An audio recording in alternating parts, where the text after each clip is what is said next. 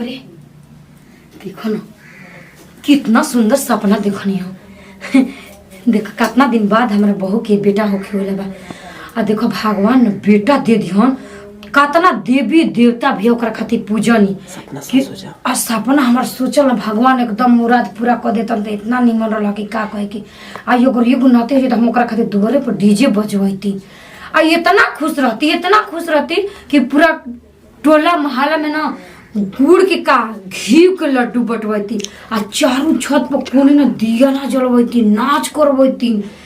इतना खुश कर चल भगवान लेके सपना देखले ना हरियाली एकदम खुश बनी कि ए पूजा बाप रे बाप। हम इतना खुश बनी कि हमार तारा ऊपर नीचे गोड़ नहीं पड़त कि अपन कितना खुशी में बानी। हम तो लुगा खोल के दुआरे पर खूब नाचब। पूजवा का रे भाई और सुन बात कर जान तड़ी सुता रही ना तो इतना निमन सपना देखनी, इतना निमन कि ते मत पूछ। कैसन सपना रे?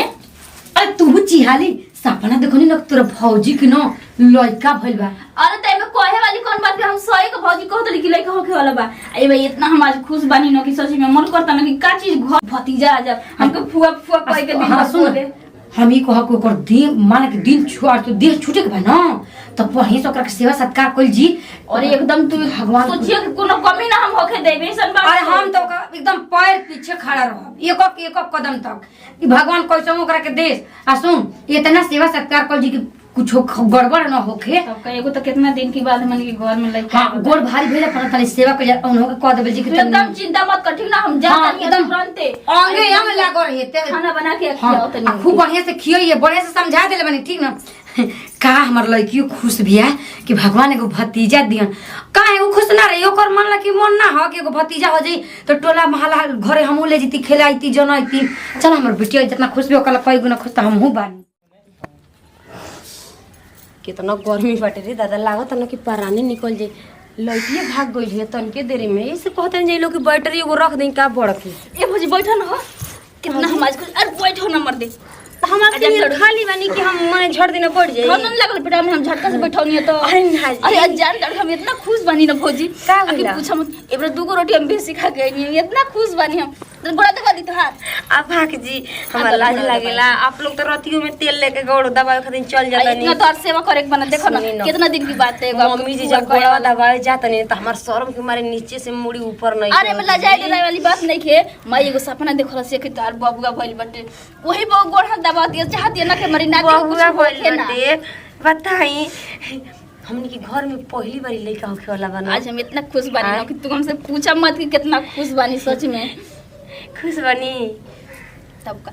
एगो काम छू के मत करिए तू ठीक ना ते माई हमके गरियावे तो लगी। काम ना करो तो फिर दिक्कत न होई जी। तू छत पर टहलल करी है ना हम बानी ना काम करे खातिर तो के दिक्कत कुछ ना होके देब हम माने कुल माने आप खाना पानी जौन तो के एकदम कुल चीज तू खाली हमके बोल दिया एकदम तोरी लगे आ जाई सामान ठीक ना।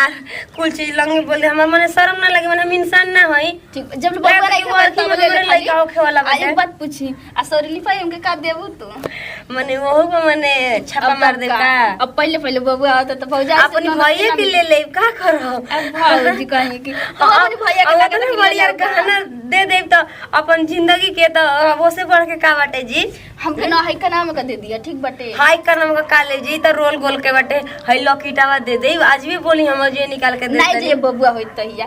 एकदम हां आ तो से पहले हम बता देले बंटी ना कुछ तो के चाहे खाए पिए के इना ना के हम हाई चीज मन कोलस खाए पिए एकदम मन हमके हाथ ही पे ले ले रह जा एकदम से नहीं कुल चीज और हमके बता दिया कि हई चीज हमारा मन करता खाए के। कहां बानी जी आ मम्मी कहीं निकाल आ कुल चीज तू खाए के हमके बता दिया बबुआ का लाल चुई ना तो कौन है कि कबे से ऊपर टहर तलिया लोटा के पानी मांगल है तेल लिया के देब ना गोड़ दबा में भौजी के लगे गोड़ दबा ला पानी पीला। हां जी आ तेल लेके तन की मालिश कर दे नीमन से। इतना बबुआ उते नहीं कि देखा तड़ी ला जाता ना रहे सुना ना हम जाता नहीं नीचे ना तले घर अगन बाहर के आप बताओ जो तले सब्जी रोटी खाइबू आके तन की दूध गरम कर देबो ओकर में सेवई बना दी आ कुछ बना दे यार दी हम बना दे तनी। अरे ना ये दादा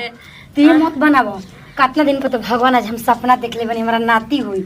आज तू कहत हम बनाएगा कुछ हो जाई तब हो। जी मम्मी जी अकाजनी लड़की हो जाए तो अरे ना होई लड़की होइबे ना करे हम हरियाली एकदम लेकिन ना ये सब बात नहीं कौन ठीक ना टेंशन मत कर। आ माई हमके डांटत रहलिए कहती कि कनी भौजी के कुछ करे मत दिए। हमनी की दर्द याद के तो जलन बटला ही बाटे जरे वाला जरे दो जाए दो ठीक में माने अथुआ गई। सुनो ना भगवान हमरा के बेटा दिहन जानी मम्मी जी तो हमनी के सुना बू पंडित जी से हाथवा देखैले बानी वो कहला ना कि खूब बुलंद नाती हो एकदम बढ़िया यही हमर जानो गोर तारी भैया माई, देखे पर हमके कुल बड़ी कहत रहलिए सकी एकर भतीजा नहीं के एकर भतीजा नहीं के पूरा हमके ताना मारत रहलिए सब कुल लइकी हमारी एक कह देबे ले तोरा से ना मरता है दादा। हां जब मैंने काम और ये ठीक तो बाजी ना गोर देबो ये बढ़िया से नहीं यही सब जितना हमनी घरे पर रहिए पूजाई या डीजे बाजी ना छठिहार होई ना उतना दुनिया देखिए काम माई से कुल बात कह देनी अरे माई सेव ले ले है भौजी के ठीक बटे से वो टाइम टाइम से खाइल करिए ठीक बटे भाग जी हम जाता भैया कहां गइल बनी कहीं गोइल हुई ए भौजी का खइबू तू बताओ हम जाके बना दी तुरंत कुछ बना दे जाए ठीक बटे या के जल्दी खा लो ठीक बा हम बना के अरे का जल्दी खा लीजिए इन्हों लोग के तो खुशी की मारे आराम नहीं कि कहाँ खुशी रखे एगो भगवान हमनी के बच्चा नहीं खरीदे दिले एकदम लगा था ना कि हम लोग के एकदम चांद तूर के तारा टूट के नीचे गिर गइल बाटे कि केतना घर में पानी रख ले ज्यादा तनी हेनी गोड़ दबाओ तनी हेनी हाथ दबाओ तनी का हेनी कोनी ननद बैठ के खुशी मनाओ तड़ी का हेनी सास बैठ के खुशी मनाओ तड़ी ज्यादा भगवान करो के साथ घर दुश्मन के ऐसा ननद और सास मिला के सेवा सत्कार होत रहे केहू को बाल बच्चा होके तो ई नहीं कि केहू ताना मारे या केहू मेहना मारे और एगो तो छू के काम नहीं खींचा करे दे। अरे भगवान जी तो हम विनती सुन लो ना कि जल्दी जल्दी हमारी भतीजा के हमारी लगे भेज दो हम दिन जानो तनी कि ते काहे खुश वाले ये भाई सुन ना हम कहीं जाइब नहीं बैठ ना बैठ अरे हम कोनी हां कि ओकरा के सेव कलने काट के देबे के देली हां देनी है लेकिन भौजी टाइम से खात नहीं कि कहो दड़ी कि कितना खिया खिया के हम पेटवा फाड़ देब अरे दूधवा एक गिलास रखले ने चूल्हा पूना देले बिले पी जाई देनी है पियली है आ सुन ना हम कहने कि जल्दी जल्दी भतीजा आ जाती ना तो हम कुछ कम है ना करती है ना घर से बाहर ही निकलती ना दिन में सौरी में जगई खेलती दिन भर दिन खेलती भर के लिए हम जाना तनी एते का पूरा घर भर के आदमी हाथे हाथे टंगले रही हां आ गइले का बहुत सारे सुन ना बाजारे सुबह ही गोइल बाड़े अब तो तोरा चिंता फिकिर नहीं अरे के क्या करबी त का होगी बाजार आ में दिन भर घूमत रहा माने भौजी के लगे नहीं खेलाए के मन करत तोहार अरे तो तोहने नहीं बोला है ना बाबूजा आ ई बता रही अभी उ जो होत रही अकेले उदास रही उनका के छोड़ के चल गेले हवे रहते त मर्जी तोरा मंगल ले कुल बाजार क के अब मैंने तू घर में रह के टाइम से खाऊ खातिर ना पूछ सकेला कि का खइबी का ना खइबी अरे तोहने नहीं बाबूजा हमारा टेंशन कावन छी बेटा आ उ बाजारिया ले कुल काजू किशमिश ले आइल हवे बोले जवन जवन लिखवाइले रहो जते तवन हम ले आ देबे ठीक ये ना भी हम एगो बात बता देते तो कि भौजी के कुछ कमी मत होके दिया हम चाहते हैं ना कि हम खूब मोट भतीजा पैदा होके ठीक ना आ ते सुन न हम एगो सौंजा लेनी ह कि जाके डीजे वाला के पहले ही बेना दे दिए आ होई न वो दिन खूब दुआरा पर तमु तनमा के आ ई हमनी के नाचब जी डांस करब जी के मत पूछते अरे डीजे वाला के दे दिया ये ऊपर बाजवा के दे दिया ये हां ई हम सोचले बानी अमाई रे तू मिठाई उठाई लिख के जाके बता दे कि बना के पहले से रख दे हम ठीक ना हाँ। एकदम कुछ कमी ना होके के चाहिए हम जाता नहीं ठीक बा भाभी से पूछनी का खोई हम जो पूछ ले भाई जाके 2 क्विंटल बनवा दिए ठीक ना आ सुन न गांव घर टोला मोहल्ला के हो देखले गुरभरिया के भर नाती तो एगो गांव में लड्डू ना बट अरे कत हमनी को ऐसे थोड़े मन हम रे ये सोचले बानी कि हमार नाती होई ना तो हम एकदम आचारा फैला के घी के लड्डू पूरे गांव भर बांट आ चारे कोने छत पे दिया ना जलवाई हां हां डीजे वाला पंडियो जी बतैले रहन अब की एकदम दिल खुश बा बेटे होई